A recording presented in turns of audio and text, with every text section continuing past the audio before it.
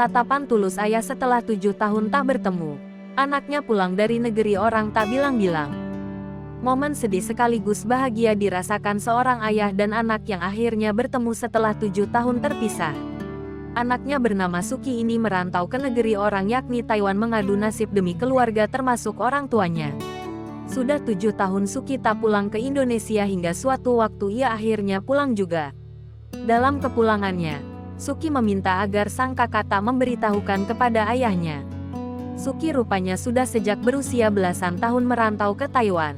Suki yang kini sudah 11 tahun di Taiwan akhirnya lambat laun bisa membantu perekonomian keluarganya.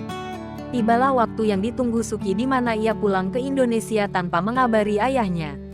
Kepada sang ayah, kakak Suki mengatakan ada tamu yang mencarinya. Kakak bilang ke bapak kalau ada tamu yang mau nginep di rumah. Jam 4 subuh siapa yang mau bertamu? Nginep pula, ujar Suki. Terlihat ayah Suki sudah bersiap-siap menggelar kasur di tengah rumah sembari menunggu tamu yang ternyata anaknya itu datang. Suki yang sudah di depan rumah langsung memeluk sang ayah yang tiba-tiba keluar. Terlihat ayah Suki hanya terdiam karena kebingungan dan belum sadar dipeluk putrinya. Setelah sadar, ayah Suki pun tampak senyum-senyum sambil terus memeluk anaknya. Dari foto-foto yang diunggah Suki, terlihat tatapan sang ayah yang penuh kebahagiaan.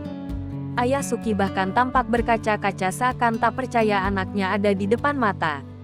Video menguras air mata yang diunggah Suki ini pun sukses membuat warganet merasa terharu. Adapun kabar terbarunya, Suki sudah kembali berangkat ke Taiwan untuk bekerja.